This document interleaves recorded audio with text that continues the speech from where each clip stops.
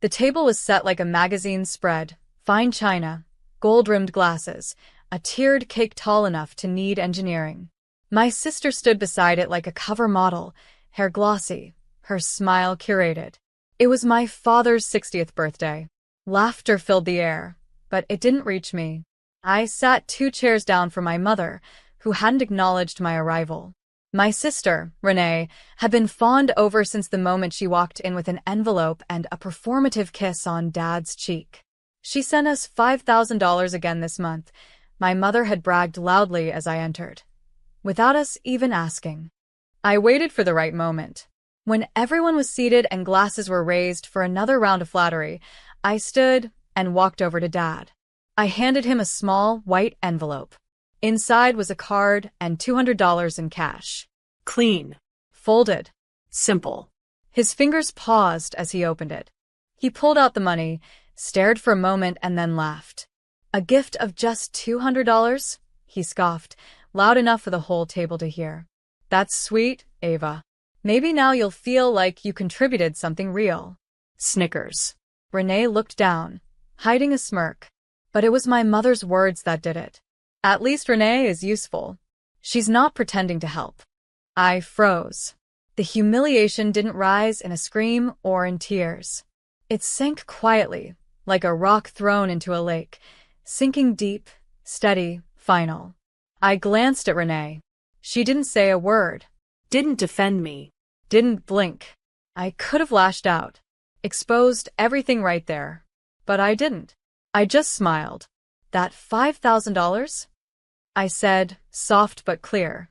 That wasn't from Renee. That money came from my anonymous account. The laughter stopped. My father's expression flickered. Confused. Then offended. What are you talking about? I straightened my posture and looked him directly in the eye. The account you've been receiving monthly payments from.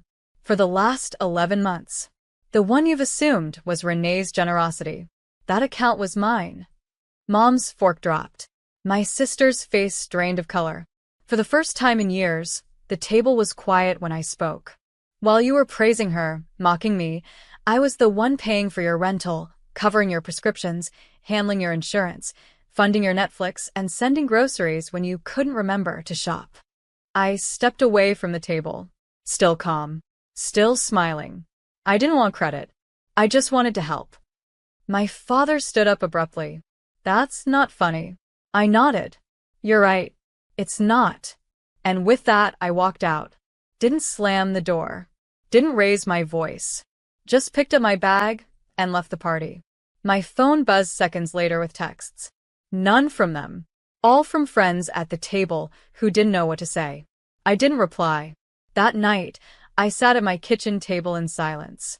I opened my laptop and logged in to every account tied to my parents' lives. One by one, I shut them all down. Auto payments, subscriptions, grocery deliveries, cell phone plans, credit cards, their condo lease.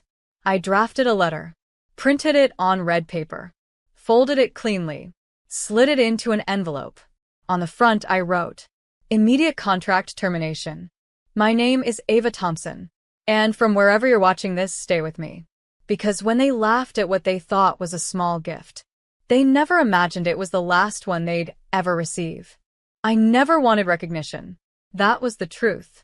Maybe that's why I let them assume for so long. Why I kept the donations anonymous. Why I never corrected my mother when she said, thank God for Renee. Even when the credit was stolen, I stayed quiet. Because I believed family wasn't about spotlight. It was about sacrifice. But sacrifice, I've learned, without respect, is just exploitation wrapped in guilt. It started small. My parents had fallen behind on rent. Renee had offered to help but never followed through. I called the landlord directly. Paid 3 months in advance. Quietly.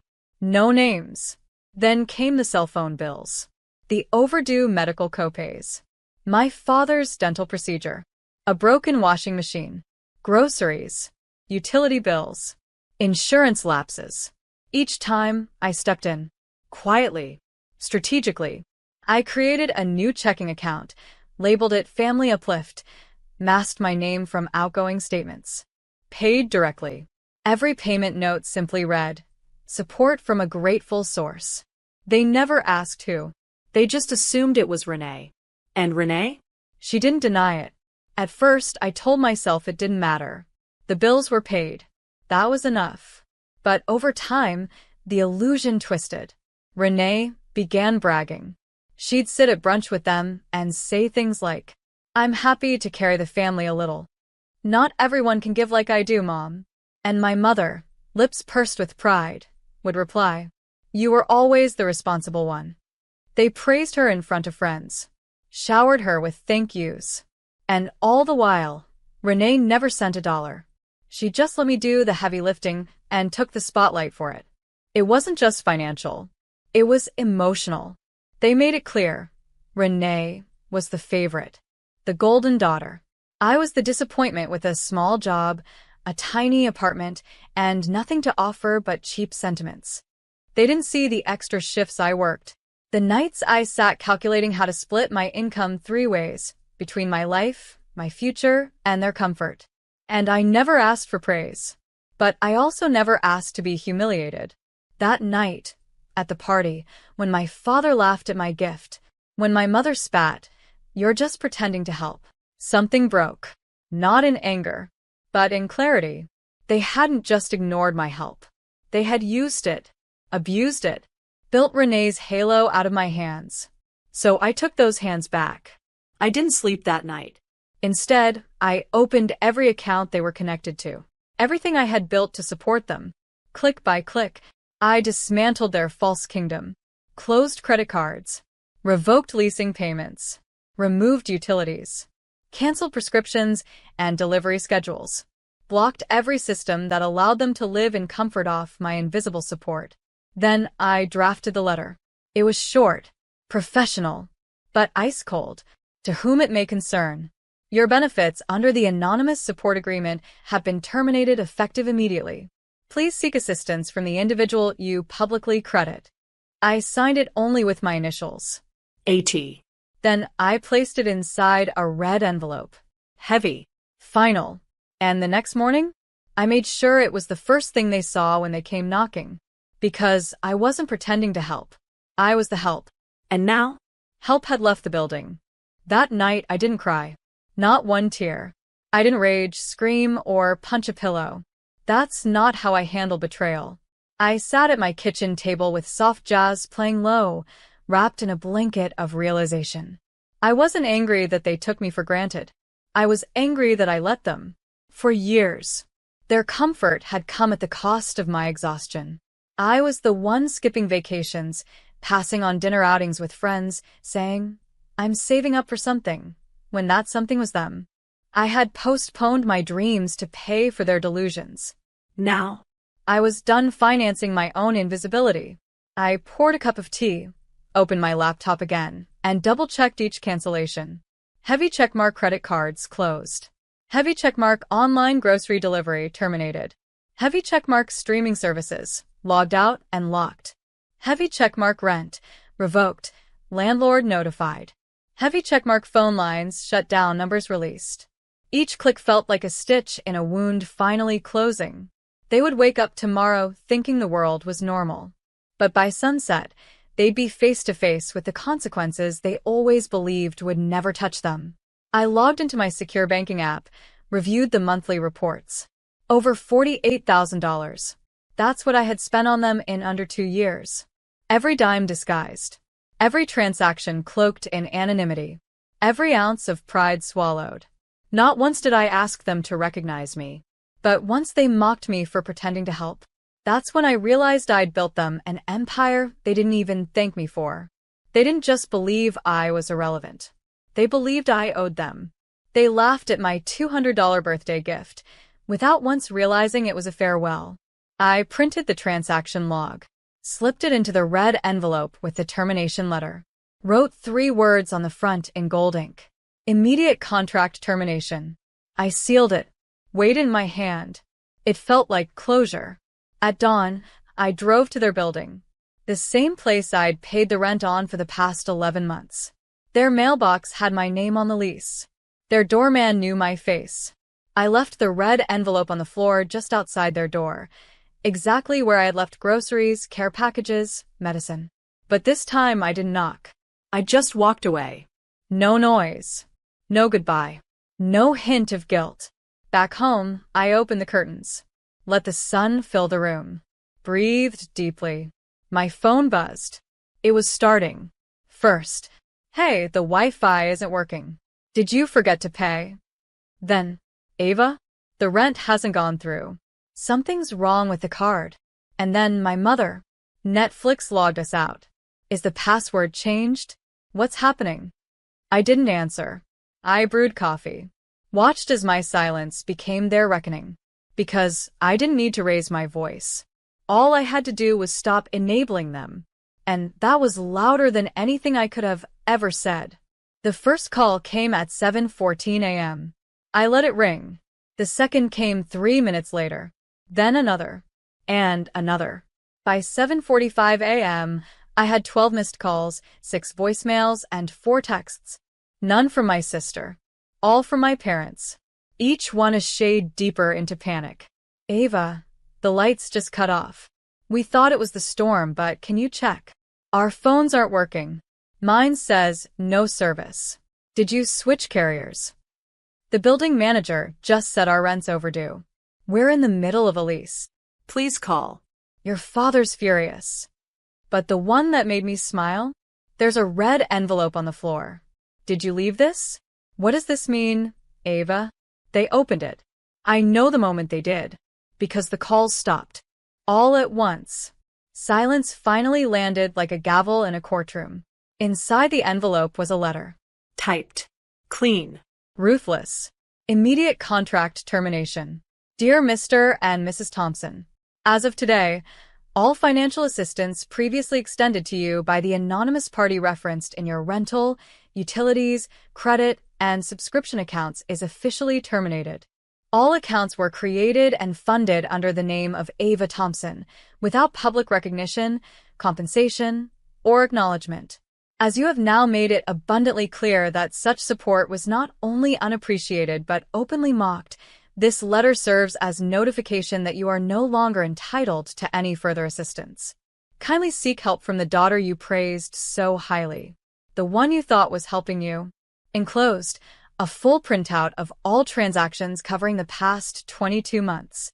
Total, $48,317.91. Breakdown. Rent, 11 months, $16,500. Utilities, $4,700. Groceries, $6,900. Credit card payments, $9,200. Subscriptions, phones, extras, $4,900. Emergency expenses, $6,117.91. Effective immediately. Sincerely, the one you thought was useless. Aita. I imagine the silence in their living room as they read that. The shrinking in my mother's spine. The blood draining from my father's smug face. The walls that once echoed with their pride, suddenly suffocating them in shame. They hadn't lost money. They'd lost control. And worse, they'd lost the illusion that they were ever the ones holding the family together. I turned off my phone and poured a cup of coffee. For once, it tasted exactly like I liked it. No bitterness. No guilt. Just quiet satisfaction. By noon, the calls resumed. But now they were different. Ava, please call me. I didn't mean what I said. It was a joke, sweetie. You misunderstood. You're sensitive. You can't just walk away. We're your parents. We're your obligation. And that was the moment I realized they'd never understand. Because to them, I was never a daughter. I was a resource. One they used. One they praised only when it benefited them. And now? The resource had unplugged. The ATM had logged out. The daughter had disappeared. Not out of spite, but out of self-respect. By evening, the storm inside their home was louder than any thunder outside. Not a single card worked. The utilities stayed off. Groceries didn't arrive. The landlord issued a warning notice taped to their door, rent overdue by 2 weeks. Dad tried to shout him down, But the look on the man's face said it all. Not this time. And then the real unraveling began. With Renee. She arrived mid-meltdown, perfectly polished but already sweating, her heels clicking too fast across the tile. "What do you mean she paid for all this?" she barked. "She's lying. You know she always wants attention." My father threw the envelope onto the table. $48,000, he snapped. "That's what your sister has given us." My mother sat stunned, the transaction list trembling in her hands. Renee blinked. Her smile cracked. I never said I paid all of it. But you let us believe it," Mom said slowly. "You let us praise you. You accepted the credit." Renee stammered. "Well, yeah. But Ava never said anything. If she cared so much, why was she hiding behind an anonymous name?" Dad pointed at the bolded line. "Funded entirely by Ava Thompson." He turned to my mother. "We laughed at her, mocked her, and she was the one keeping us alive." The reality began to settle. It wasn't just that I stopped helping. It was that the myth of their golden daughter was crumbling before their eyes. Renee, panicking, pulled out her phone. "I'll fix it. I'll send something now. I'll transfer." "From where?" Dad growled. She froze. They stared at her. Her secret came spilling out like water from a cracked vase. Maxed out credit cards. Behind on her car payment. No savings. No investments. No backup plan. Just curated selfies and borrowed status. "She never sent us anything," my mother whispered. Not once. The silence that followed was suffocating. No more laughter. No more smugness. Just three people in a house they could no longer afford, staring at the ghost of the daughter they buried under praise for someone else. Meanwhile, I sat on my small balcony, watching the city light up like gold beneath dusk. I didn't need to be there to see the collapse. I had seen it coming for years. They had been building their identity on lies and ego for so long that the truth wasn't just painful, it was destructive. Renee called me 5 times that night. Left voicemails full of confusion, bitterness, faux innocence. "Ava, come on. You're not really going to just disappear, are you?" So, what if they thought it was me? "You should have spoken up if it mattered that much. You're being dramatic. Just turn it back on. Please." I blocked her. Because people who use silence as a weapon don't get to complain when you use it for peace. And my parents? They stopped calling for a few days. Too humiliated to beg.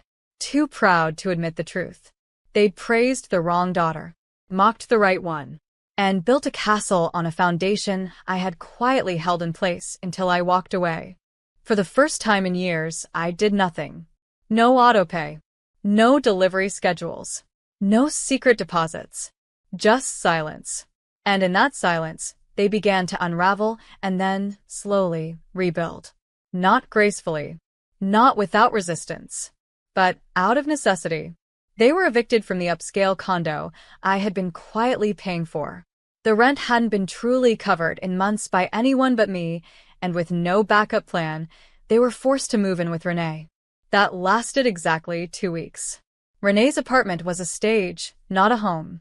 No savings. No budget. Just fake luxury and rising debt.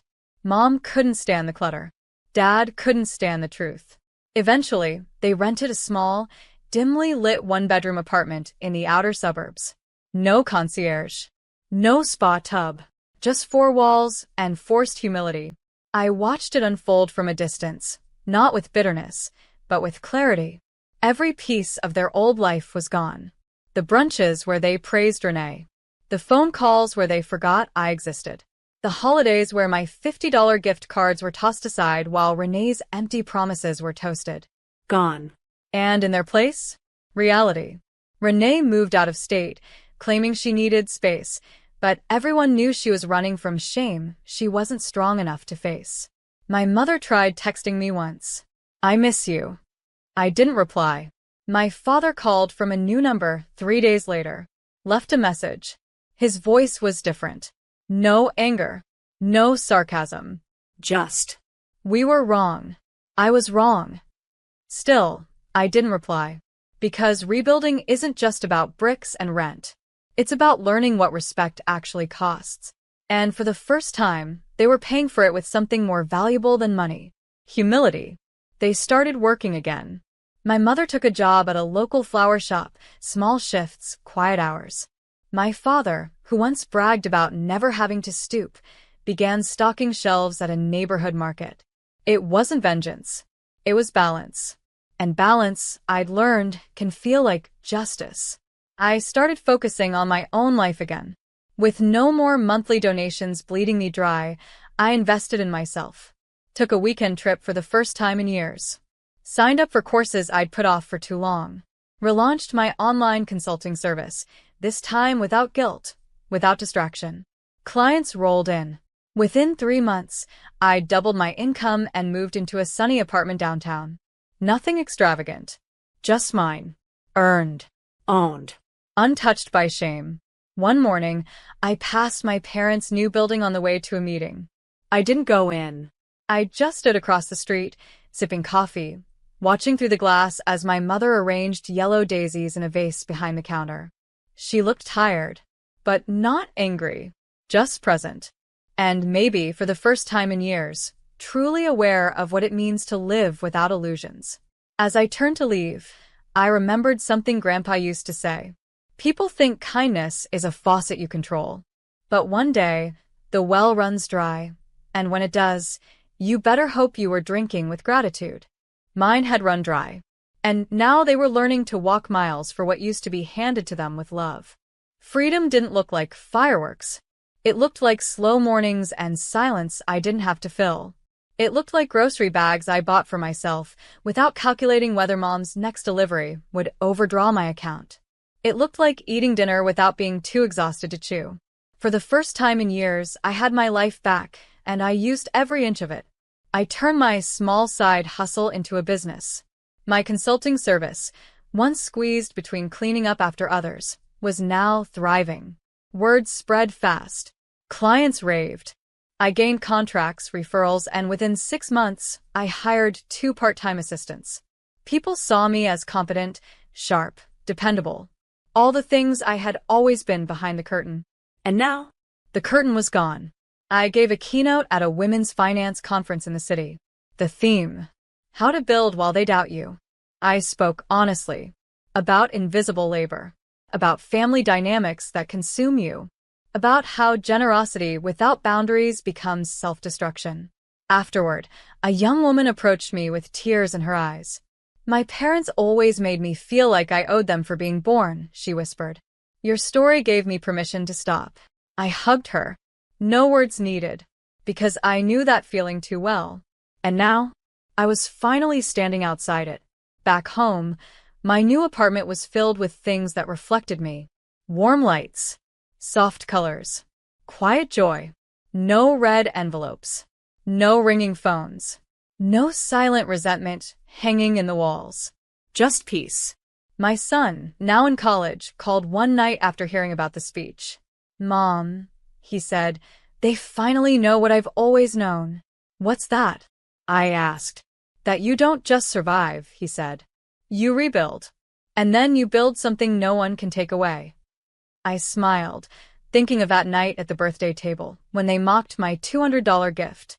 They never realized it wasn't a small offering. It was my final investment in people who saw my love as currency and not commitment. I had poured into them like a fountain, until I learned how to pour into myself. And now, the returns were finally mine. A week later, I received a letter in the mail. No return address. I knew the handwriting. My father. Inside one line. We're sorry. For everything. If you ever choose to visit, we'd be honored to see you. Not as a provider, but as our daughter. I didn't cry.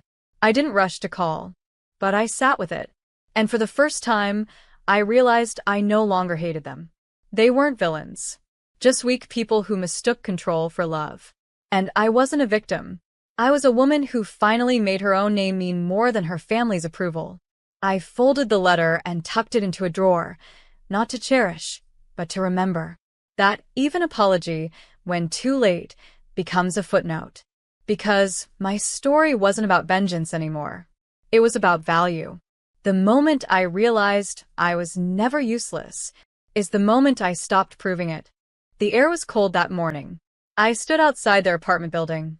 Not the luxury condo I once paid for, but the modest complex tucked between a laundromat and a 24-hour pharmacy. I hadn't planned to stop. I was on my way to meet a new client. Life was good. Free. Full. But something pulled me to that sidewalk. Across the street, I saw them. My father, grayer, slower, carrying 2 plastic bags. My mother behind him, squinting in the light, wrapped in a shawl that looked older than I remembered her allowing.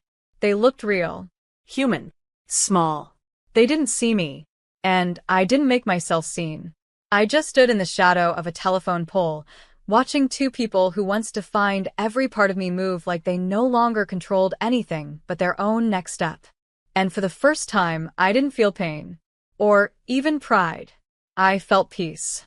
Because the reckoning had already come. Not in shouting. Not in courtroom drama. Not in revenge porn or social media justice.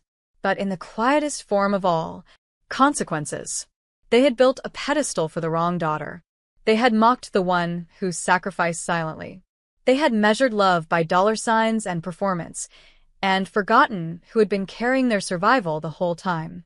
And now they lived within their means. Now they worked jobs they once looked down on. Now they learned humility the way I learned endurance. I never needed revenge. I needed recognition. But when that didn't come, I built something better. A life that didn't require it. A week later, I received a package at my office. No card. No message. Just one item inside. My red envelope. Folded neatly. Untouched. But inside it a note I hadn't written. For words. My father's handwriting. We finally understand now. I held the letter for a long time, then slipped it into a drawer right next to the one from my mother, and closed it. Because this story wasn't about reconciliation. It wasn't about winning. It was about remembering who I am without needing anyone else to confirm it. That night, I stood on my balcony with a glass of wine, the skyline glowing in front of me. And I whispered to no one in particular. I gave them everything. And when they called me useless, I left with one thing they'd never expected. My worth. They thought they were shaming me, but I was never ashamed. I was saving. Not just money, but strength, pride, and the will to walk away. And when I finally stopped giving, they finally started seeing. Not who they thought I was, but who I had been all along.